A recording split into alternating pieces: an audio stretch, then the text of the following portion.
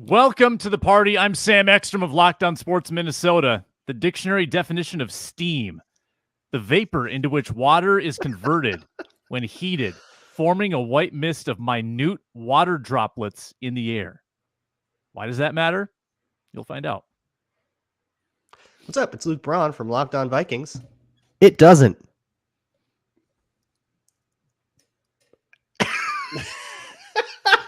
This is Arif Hassan from the Wide Left Substack. I've been rendered speechless by Sam Ekstrom, which is pretty rare. Luke Inman on Twitter at Luke_Spinman. Arif's headed to Indy, and now Marvin and Caleb are not performing at the Combine. Coincidence? I think. Locked On Sports Minnesota Podcasts. It's endless Minnesota Vikings talk with the diverse voices of your local experts. It's time for the Minnesota Football Party.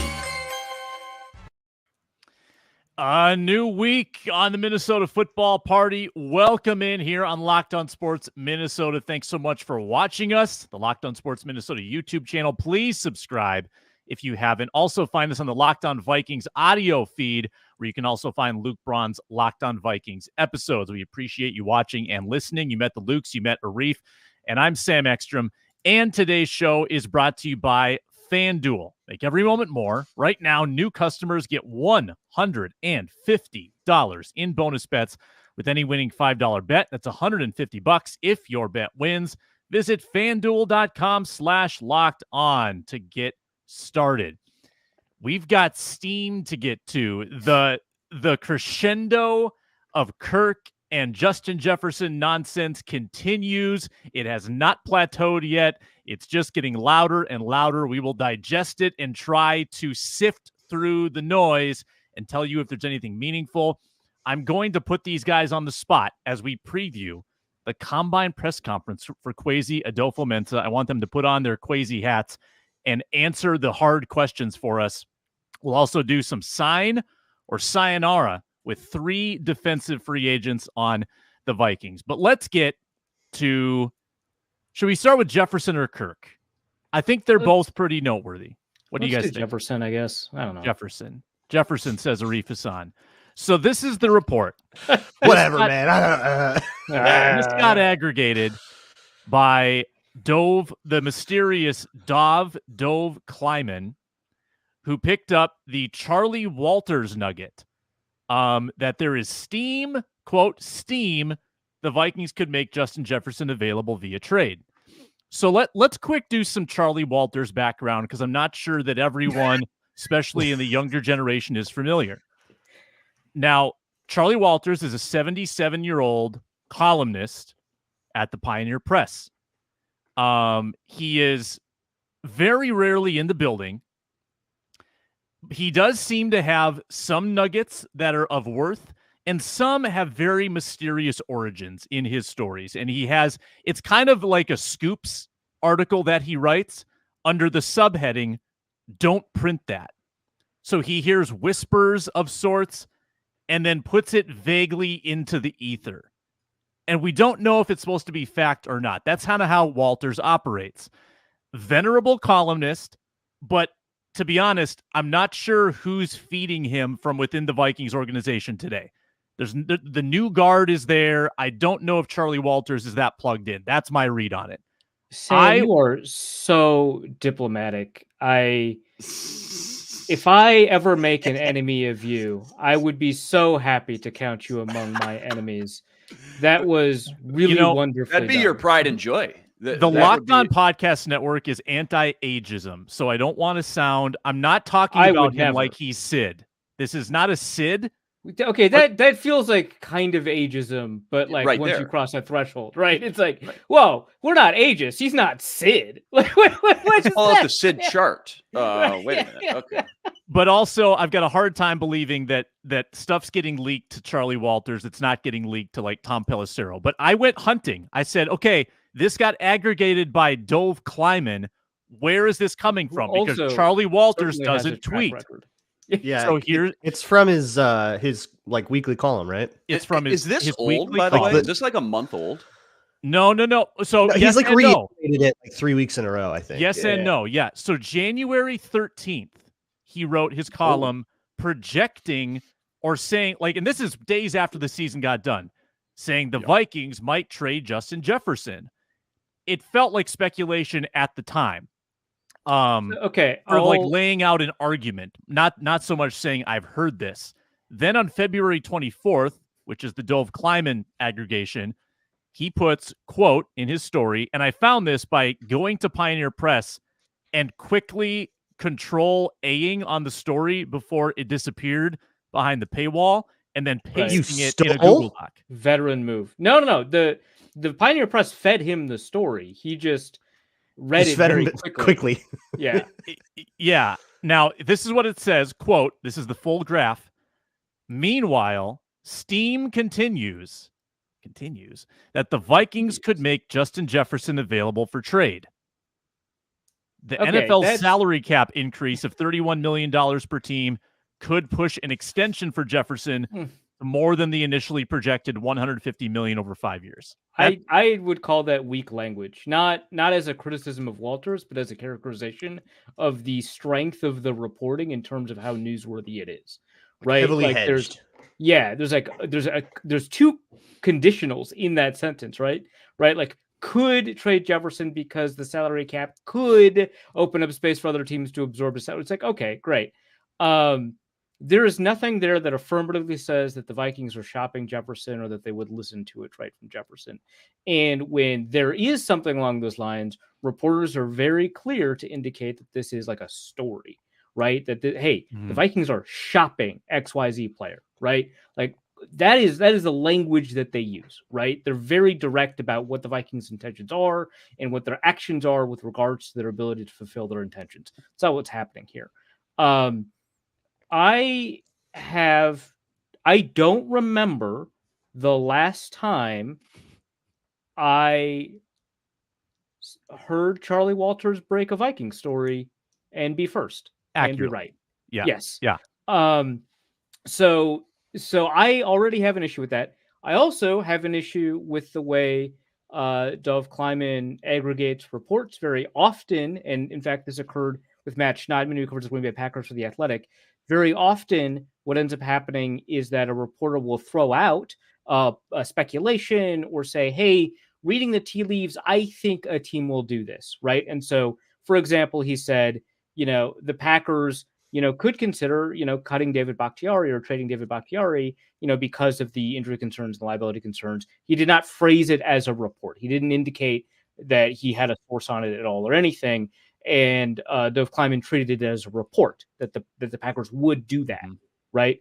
And so we're at like multiple levels of like, this is so ephemeral from both of these guys. I wouldn't treat this like anything, which is why I didn't comment on it. I didn't retweet any of this. It's a nothing story to me. The Vikings could trade Jefferson. Yeah, that's on the table. You've got a GM who is maniacal about making sure that every option is available to him and that they'll explore every option and that you need to know every player's price before you can move forward. But that doesn't mean that they're like willing to do it, right? Like, knowing that Jefferson would fetch in a second, that's good information to have. Acting on it is an entirely different matter. Yeah, this initial column, January 13th from Walters, was probably more the way that it should be done, where he lays out a case for why it would make sense. Right. That makes sense. That's what a columnist should do. But then to bury it adjacent to, and if you read the story, this nugget is adjacent to, like, Richard Pitino is 21-6 as the New Mexico coach this year. Or like the Gophers will need this much NIL money to like keep their basketball player next year. It's like, it's so benign in the way it's presented. There's no confidence in it. And the Pioneer Press doesn't seem to have any confidence to promote it as a story either, which should tell you something else. When Adam Schefter breaks a story, ESPN goes all out on reporting the story, right? As a story, right? The Pioneer Press didn't have any other guys be like, hey, can you like like their Focus on the Vikings Justin reporter. Jefferson trade. Yeah, like Dane Mizutani. Like, Yeah.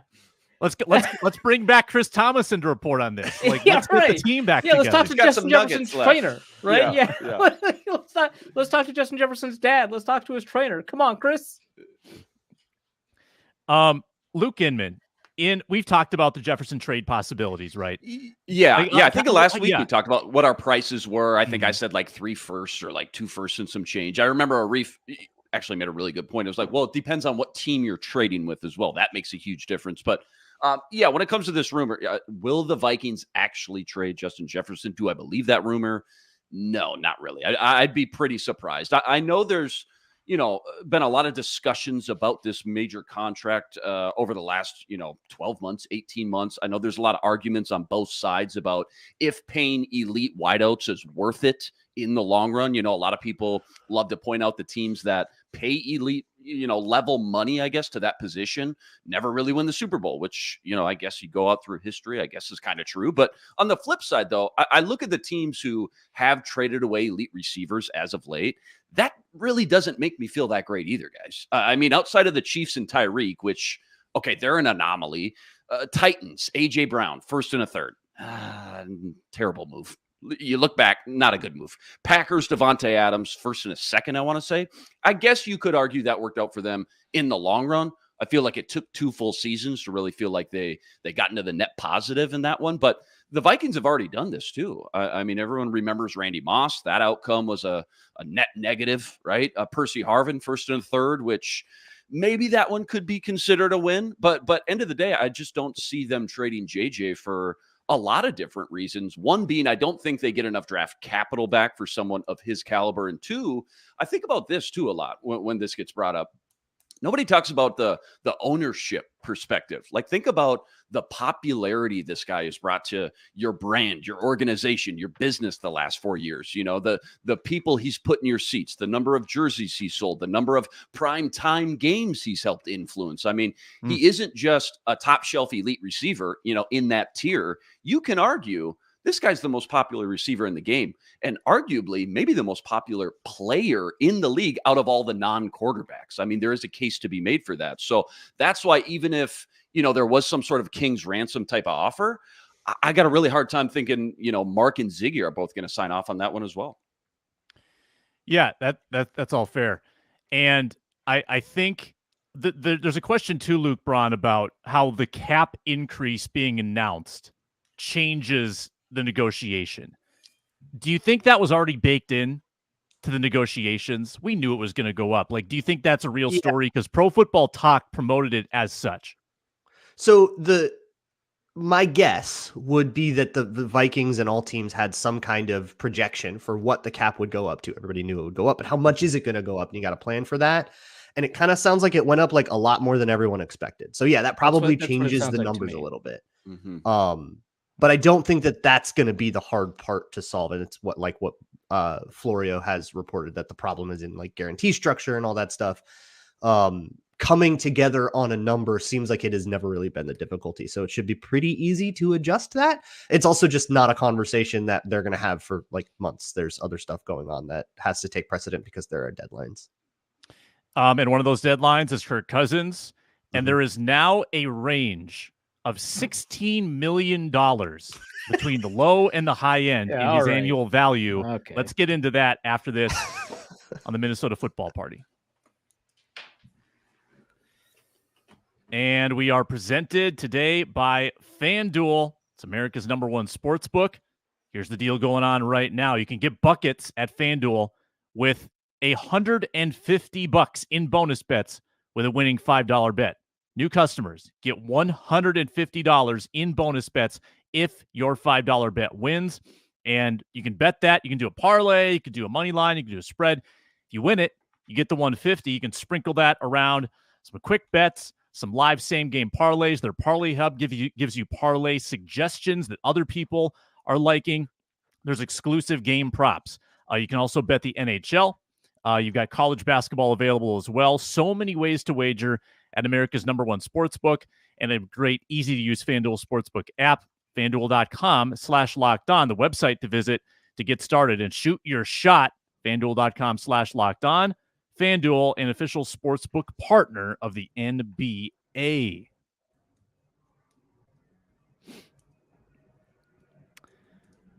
All right, and a big programming week here at Locked On Sports Minnesota as well. Ron Johnson show tomorrow. He's back from Mexico. We'll get the final report on his vacation.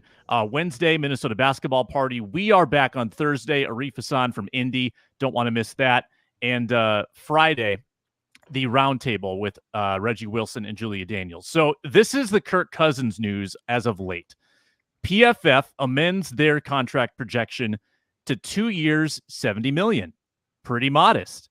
Bill Barnwell, plugged in ESPN, very respected writer, projects $51 million per year. No hometown discount, says Bill Barnwell. And there are a handful of projections in between as well. So from low end to high end, like where is the deal breaker for you, Arif Hassan? Is 35 cool and 51 a non-starter? Like, where does it become a problem for you at what point? 51's kind of nuts to me, even after you adjust for the fact that the cap increased to $255 million. That would be like 20%. It's exactly like 20% of the cap, which that's a lot, but it's not as severe as it sounds, just because the cap has gone up by that much, and Kirk Cousins' deals have actually been a little bit less than what you'd expect his market value to be, right? And so it's not egregious, but it's also just a little bit outside of my range. If they signed him for that, I would raise an eyebrow, but I wouldn't be mad. It is the Jalen Hurts, exact Jalen Hurts dollar figure, by the way, $51 million. Yeah, it doesn't matter. Jalen Hurts signed that a while ago. New cap, new era, right? But yeah, you got to do percent of cap if you're going to do that. Yeah. Which I don't know what percent Jalen Hurts signed for, but it sounds like it'd be more than 20%, right? So it's a fair amount, but it just it's like there's like a sticker shock component of it that I want to caution against, because the new cap environment makes all of these deals seem worse than they are, right? What more important to me would be the get out, right? How do the Vikings get out of the contract? Can they trade the contract with or without a no trade clause? I don't really care, because you can waive that. Can they trade the contract without taking on too much cap? What happens? What does this mean for the possibility of drafting a guy? 51's a bit much for me, but 35 is, even coming off of an injury at his age, I understand the limiting factors here, but 35 is nuts to me. If Kirk Cousins offers 35, or if his team offers 35, the Vikings should do it. I don't care if it's fully guaranteed. 35 is nuts. That's a crazy good deal. He reportedly offered a little bit under 40 2 cap environments ago or whatever, right? Like 1 cap environment ago, plus we were thinking this one would be lower. And that was, I thought at the time, a pretty decent deal. What did Derek Carr sign for? 37.5. Daniel Jones signed for 40, although with the guarantee structure that allowed the Giants to get out of it after this year. That to me, I mean, Cousins is obviously better than those guys. And I don't think I know that the age plays a role and all that, but like that to me suggests that Cousins is worth a little bit more than that in the current environment. And that's at 40 in the 255 environment now. 35 would be a steal. That's crazy to me. You're getting at bridge/spot starter type deals in this new really large cap environment at 35. They should run to the signing deal, the signing table for that. What do you sign at a table? I don't know. I think that's exactly what it would say. Podium, right? Yeah, run to the podium, slam it. Yeah. Dave's Hot Chicken. Where do you guys want to do this? I think that's exactly why. I think that's part of why Brad Spielberger says 35 mil, because that would be a bridge deal. That's you're kind of you're not the franchise. We're gonna stick with you till you retire. You're our Super Bowl guy. You're now our transition plan to the real guy, and we're gonna pay you accordingly. It is crazy how much the salary cap has gone up, and how like human brains cannot keep up with like adjusting their expectations differently. I was just going to say that. We've had 75 million more in the cap in the last 3 years. It has gone up 75 mil. That's like a third of the whole thing. Mm-hmm. Look at It's Kirk's insane. first contract Dude, with the Vikings. yeah, 84 was like astronomical. Yeah, All Broke the guaranteed. charts. If Broke the if charts. crazy. if the cap had gone up a normal amount this year instead of the expected amount, it'd be about 7-8%. Usually 8%. I usually use 7% to be a little bit conservative, right? If you do 8% over 3 years, that's a 25% increase in the cap. That is crazy. A 25, like that's nuts. Yeah. it's insane. And it's really difficult for us to get. Do you remember like the Madu Williams contract for the Vikings being like awful? Wow. And Yeah. oh my god, it was the highest contract I think that the Vikings had, or that a safety had signed that year. The Vikings had put themselves in cap hell because of it. How much did he end up signing for? It was something comical in today's money. 4 for 54, something insane. Like 9. That's the top of the market is like 9 million. It's 6-year 33, so it was 11 million. No, Way not off, 11. It was but- 6.5 million. 6.5 million. Everyone's like, that is way too much. Josh Oliver, this not even Josh Oliver money. That's not even Dude, Josh. Dude, that was what, 15 years ago? That was 09? This feels like comparing like basketball salaries to like hockey salaries. It's like Yeah, this is just incredible money. Yeah, It just the feels best like hockey yesterday- players get like 10. It feels like Karl-Anthony yesterday we were Towns is talking making about 60. Yeah, go ahead. right. Yeah. It feels like yesterday we were talking about Derek Carr and Jared Goff were worth 17, 18 mil a year. Like that's those kind of numbers. Right. It feels like, and that was, granted 5-6 years ago, but man, this happened so quick. And you're right, Luke, like people have a hard time adjusting It's their just not, our and brains aren't seeing wired those to like numbers. adjust numbers ideas that quickly. So what is a normal salary now does not feel normal anymore to us. For example, okay, so Kirk Cousins has made about 15% of the cap or has hovered around it for most of his time here, been a little bit below 15. 15% of the, what's it, 253 this year? Is that the final number we ended at? 255 and change. 255. That would be about a $38 million contract. 38.25 would be 15% of the cap. That's closer. And quarterbacks have also increased a little bit by percentage the of percentages cap. have also increased because Peyton For Manning quarterbacks in particular, and that's been different position to position. So something that is like a $40 million deal would be a little bit more, okay, that's what like market is for Kirk Cousins. If you go less than 40, you're going under market. If you go up to 50, you're going way over market, which I just don't really see the justification for that. Even if you're the biggest Kirk stan in the world, I don't really see going above market for considering the circumstances of like age and injury. So Peyton Manning signed for a 16% contract with the Broncos in 2012. Free agent quarterback, got to pick his destination, got to define his market. Best quarterback in the league if you don't count Tom Brady, which at the time I didn't. And that was 16% in 2012. That was 19.2 million. That's Kirk insane. signing for 15%, signs for like 30 million, then 35, and then 37. It would be under market to do twice that today. Yeah. Yeah, I feel like another reason why it's hard to like just mentally keep up with these numbers is we've never seen the cap increase at this trajectory so much in the past 2-3 years either. Like it always increased more years than not, but it was just those small baby steps, those baby increments. All of a sudden, it's just exploded the last couple of years. It's going to keep Vikings. exploding. Yeah, you're right. It is, and I don't know if this might be the biggest percentage of increase with some of the latest TV deals, but those TV deals like are getting kind of like player contracts, shorter, more lucrative, and more partners adding all the time. Like the streamers all want to get involved, and they're making absurd buys for like one game a week or one game on a holiday. So you're going to have that happening more and more. Good. Vikings in cap space right now with the finalized number 13th in available cap space at 35.8. They could clear more with an O'Neal restructure. That could get him like 8 more. You should double check that number because my mentions say they have somewhere around 0, I think, in cap space. Yeah. They can't afford it. They've got to trade JJ and Hunter, and they got to get. Okay. Hunter's definitely getting traded by draft. Yeah, sorry, we're being facetious. Yes. Got it. I wasn't looking at your faces. I couldn't tell. But if you assume that a Kirk extension kind of comes out in the wash with the dead money, doesn't add a lot to it, you save money on the O'Neal restructure potentially. Maybe you capture some back with a Harrison Smith retirement. I mean, you're talking about a $50 million free agency pot that you can play with. I mean, there's some serious over building. at Zone Coverage, I constructed 3 deals using the contract demands that we know from the players, from Kirk Cousins, Justin Jefferson, and Danielle Hunter.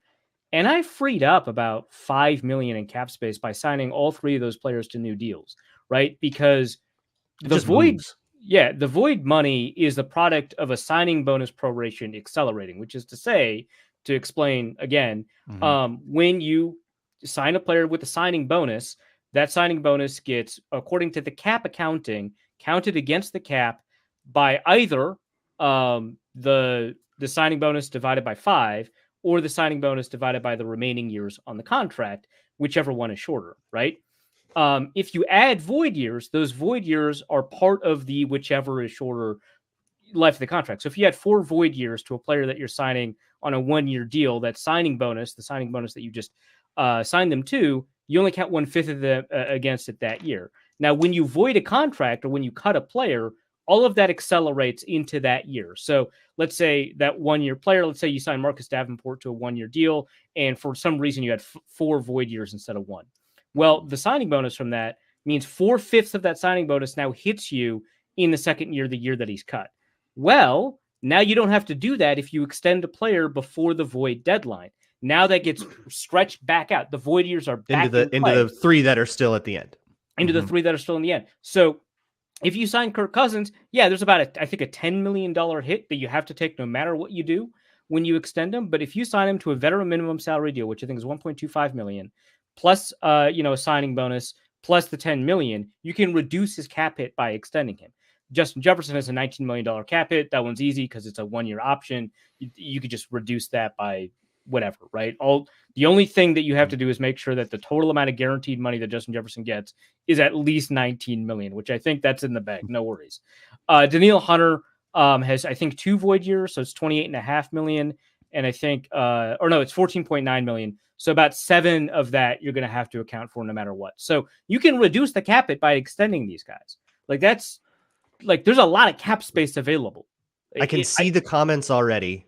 A whole bunch of people are going to yell at you about kicking the can down the road, because that's essentially what that does. Is all that money is still owed, you just pay it later in a year where the Vikings are currently sitting at 5th in cap space for 2025. Yeah, they have 130 or something like million, 139, almost 140 mil in cap space. Insane. They have no commitments at all. And that's with Harrison Smith's contract. That could very well Harrison Smith's contract, which almost certainly will not be, if he is even playing in 2025, which would honestly be surprising to me.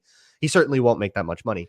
When I wrote up that piece, they've got a ton. When I wrote up that piece, I was like, well, so this is what happens to 2024. This is also, here's what happens to 2025 money. It reduces from 139 to 40. And I was like, 40, that's actually a fine amount. People are like, oh my God, you consumed $100 million of 2025 cap space. And it's like, well, yeah, but like the deal is that you get Justin Jefferson now. Do you want him or not? Something for your money. I think a lot of people this is what I've been very annoyed with all the cap stuff this whole offseason. It's very only save, don't spend on anybody. This money is supposed to be spent on players. You're supposed to purchase talent with your money and then that talent on the field. You play to win the game. I feel like we've lost sight a little bit of what the money is for. I even got into an exchange with somebody that I can't stop thinking about. That I was like, okay, he didn't want to sign Justin Jefferson. He thought it was too expensive. I was like, okay, if Justin Jefferson's too expensive, what is the money for? And he was like, I don't know, get 3 KJ Osborne style receivers. I was like, what? That's what you think is good? Get a few role players. You need more players. You can't just spend it all on one guy. If they spend 33 or whatever it is million now, I don't know what the projection is now with that higher cap. I think it's 33, 34. If you spend not 250, that's 34. That's not all of it. That's just some of it. If you put all 3 of those KJ Osbornes on the field in an instance where actually it would just be Justin Jefferson, if you got to add 2 extra players, that actually probably would be worth it. Oh, if you got 13 on the field. Maybe that's what he was saying. Course. Sure. Of course. Yeah, that I would, for sure. Actually, that's a good argument. In that okay, scenario. All right, I misunderstood. Sorry, a person who I've muted. Yeah, and Luke, you just went through a bunch of different cap scenarios and like options on Locked On Vikings too, didn't you? I haven't watched it yet, but I did one. Or so I do this every year. I do like extreme cap scenarios. So like, what if they just did everything in free agency? What if they had to fill every hole in free agency and they didn't have a draft and they had to put together a team? Basically, is what I did. And also, no void years allowed. No crazy shenanigans.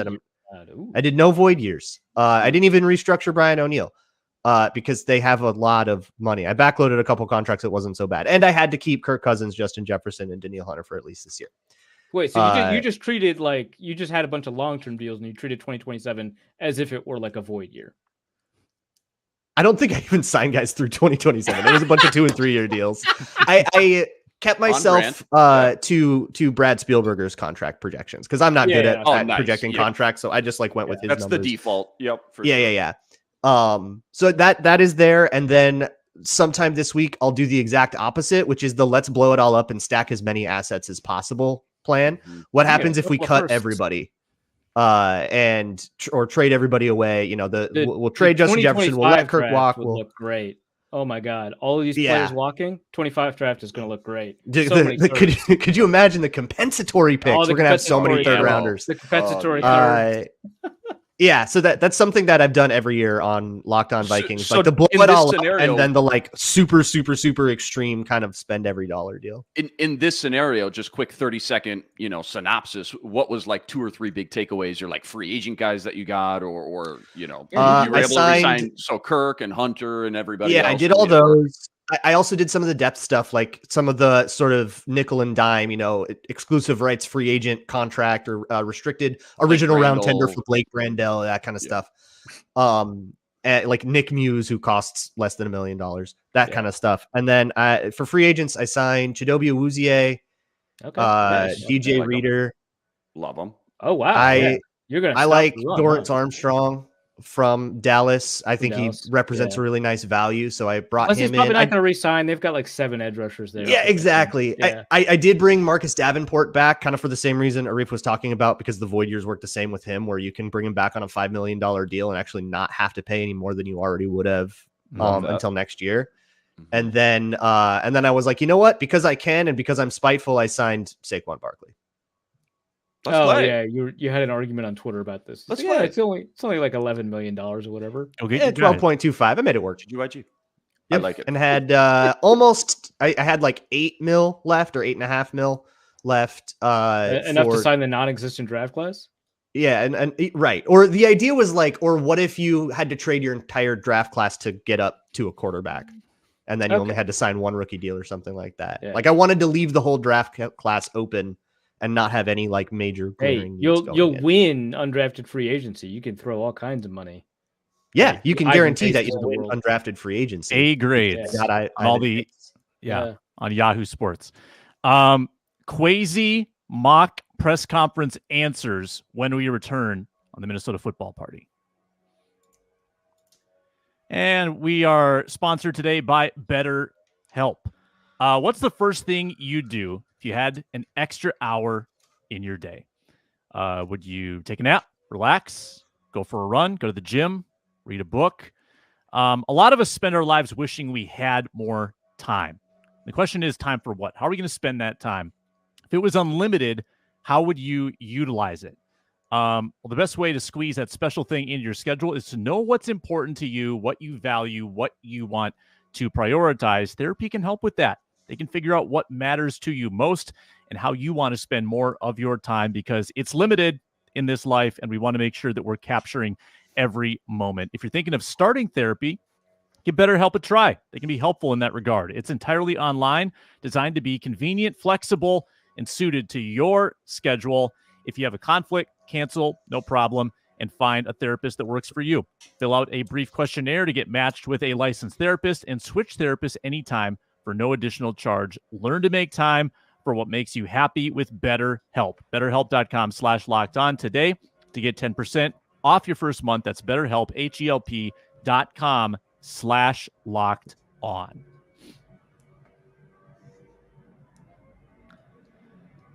Who's ready to act like Kwesi Adofo-Mensah? I have a corporate buzzwords generator open, and I'm ready to use it. Oh, All right, that's Luke Braun. genius. Okay, Luke Braun yeah. goes first. I can try Go- to. Yeah, we'll see. Yeah, okay. I'll hit you with the question. Yeah, Kevin Seifert from ESPN. Kwesi, I know you've probably seen a lot of the reports about Justin Jefferson and his contract. Where do you stand today on Justin and negotiating that deal? Yeah, Kevin, we've been clear in the past with we want to sign Justin Jefferson. We want Justin Jefferson in the building. We've been doing this competitive rebuild. We're trying to authoritatively transition into more goal-oriented methods of achieving what we want to be, which is we want to be champions. We have a championship standard here, and we have a time horizon for that. We have a time horizon for Justin Jefferson and a plan. But there's a lot of unknowns in the NFL. You know that. We all know that the NFL is a business, and we've got to we've still got work to do, but we've got a plan to get the work done. That was good. That was very good. Yeah. Kwesi, Tom Pelissero here, NFL Network, and this is a reef, by the way. Yeah, right. Kirk Cousins is perhaps the top free agent on the market right now. Will he be back in Minnesota? Great question, Tom. Always love talking to you. Always love connecting with you. Ultimately, the goal of any NFL organization at the end of the day is going to be to make sure that you can win a Super Bowl. We're a championship organization. We've got a championship mindset. And of course, the best way to do that in today's league is with a quarterback. Now you have to break it down how exactly you're going to achieve the quarterback position, what exactly you need to do in order to develop sustainability at the position, but also ensure that you've got quality at the position. And ultimately, at the end of the day, it's a quarterback-driven league. But that you can't predict the future, right? Every situation comes with it unknowns. There are, of course, known unknowns that you can prepare for and unknown unknowns that you can't prepare for. And we've made it clear to Kirk, we've made it clear to you, and we've made it clear to his negotiating team, who we respect greatly, that we want Kirk in the organization. He's an enormous asset to the organization. He plays quarterback the way that you want to play quarterback. When I was in San Francisco, and I was learning about the quarterback position, because I really needed to learn as much as I could about football. I'm not a football guy. That's why I've got all these people around me.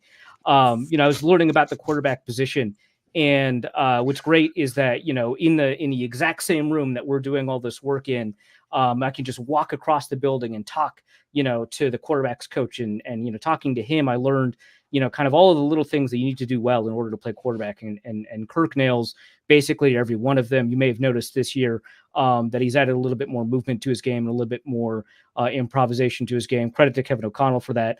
But ultimately, the goal is to win games, and you have to do it at the quarterback position.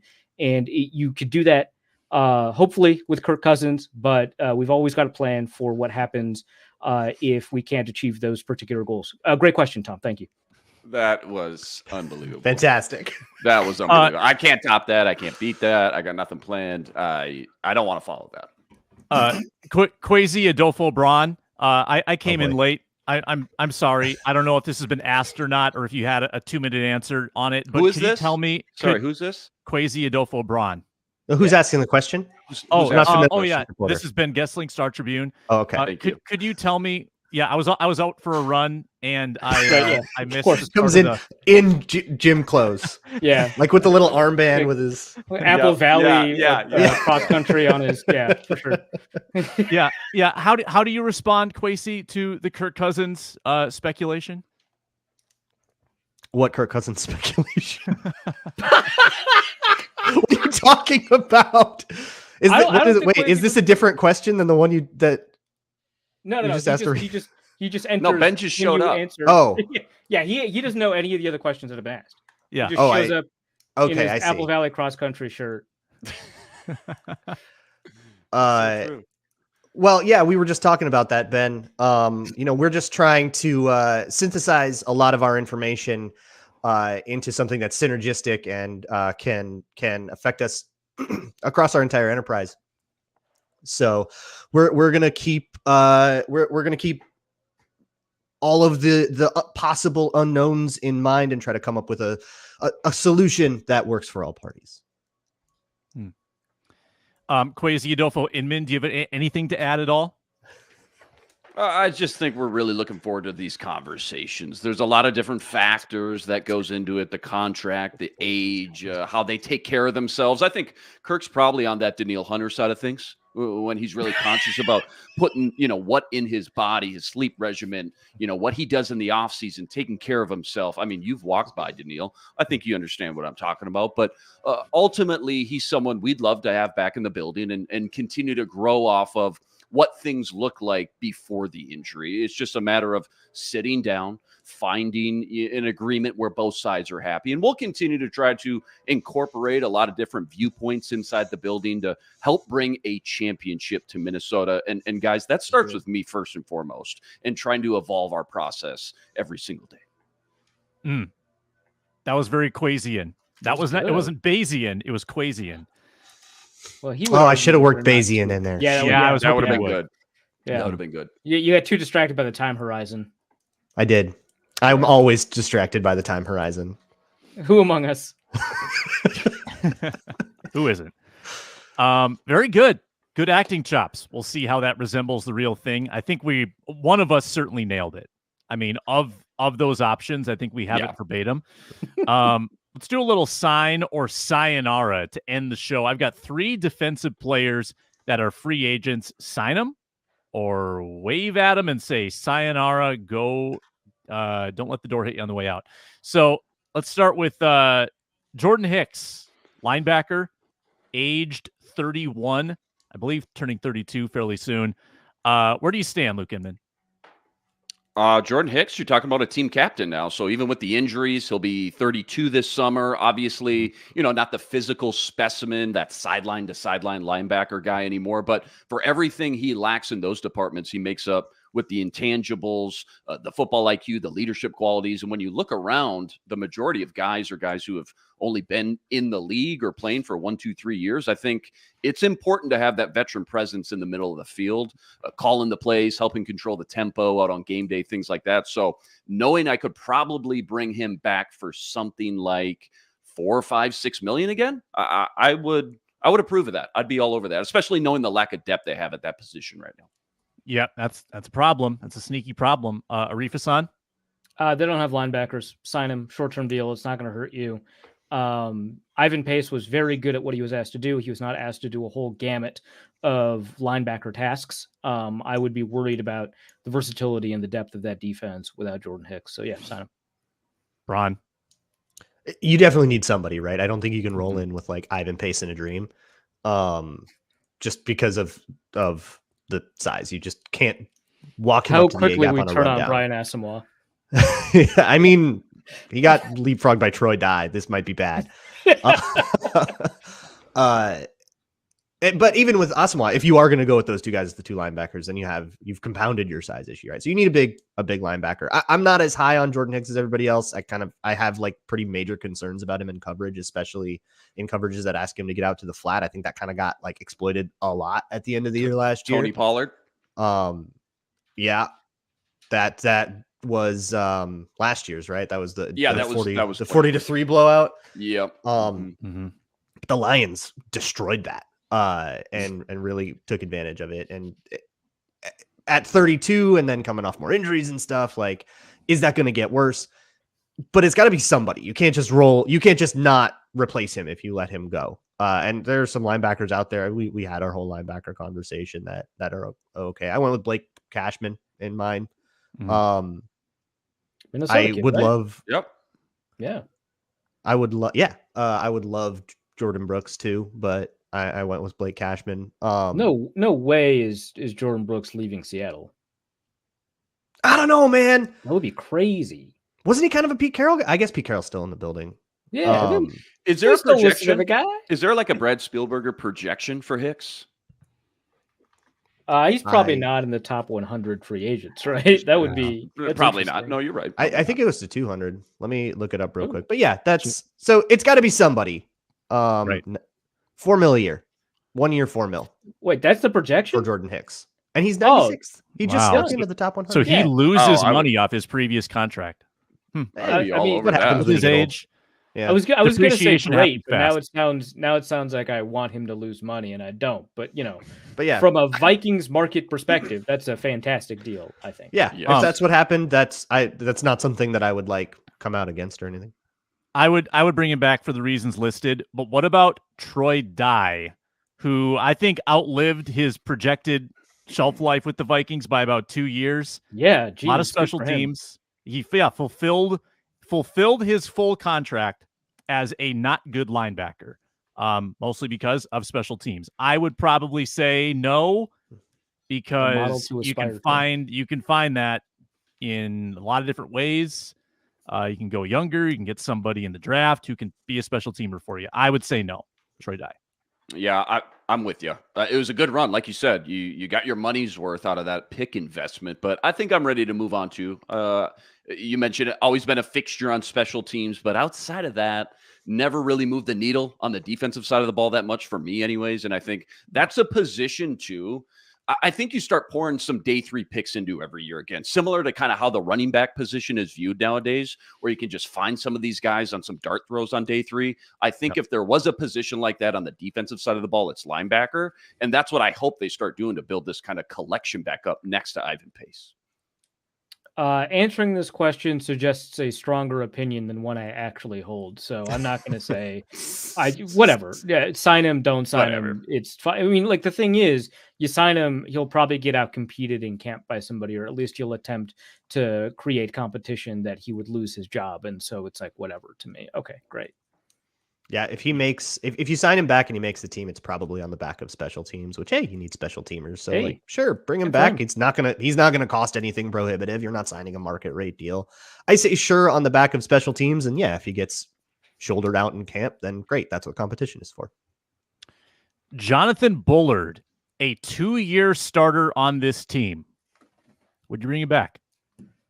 Anybody? He proved me wrong all year. I mean, back in August, I had him marked down, as a camp body. And not only did he make the 53, he ends up being kind of a big complementary piece inside the trenches, made a positive impact, I guess, top to bottom, especially for the price he was playing at. So I'm thinking, tell me if I'm wrong, $2-3 million deal for him, and just keep trying to add more guys into that defensive line rotation. Yeah, I'd bring him back for sure. Last year, we were having this kind of conversation with Kyrie's Tonga, and we were like, whoa, Tonga, had this like kind of resurgence in December, had a couple of really nice games, and then he kind of disappeared off the face of the planet because Jonathan Bullard took his job. He's been good. I like what Jonathan Bullard has done so far. I would love to bring him back and again just be like part of the competition. It's not the most major free agent thing that you would do, and it won't be expensive. Jonathan Bullard is exactly the kind of signing that is like genuinely just like a good idea. And when the Vikings announce it, a bunch of fans will get mad. Yeah, because they'll announce it. Well, the fans will get mad anytime they spend $1 before they get to Justin Jefferson, even though Justin Jefferson, like, they're not doing this before the draft. Like, there's no reason to do this before the draft with Jefferson. So every free agent, they'll be like, what about the JJ money? Yeah, well, every dollar you spend on a guy who's not Justin Jefferson is a mental energy that you're not spending negotiating a deal with Justin Jefferson. And it sends a message to Justin Jefferson, somebody that obviously they don't talk to about any of this, nor have they discussed a plan with him. And it's, whoa, Jonathan Bullard's more important than me. Why are they spending all this time trying to sign bottom of the roster free agents instead of? Why haven't they called? This is crazy. 4 hours prior to the announcement that Jonathan Bullard has signed a 1-year, $2 million deal, DJ Reader will sign with the Seahawks. And that will have been a target for people, and that will be upsetting. I'm not as high on Bullard as you guys. He was 120th of 129 in pass rush productivity last year. He can't get to the passer like much of their defensive line. But funny, given his profile coming out of college was as a pure Right. pass rusher, Quick. an edge rusher kicked inside Quick. that would only be able to be a third down rotational rushing guy.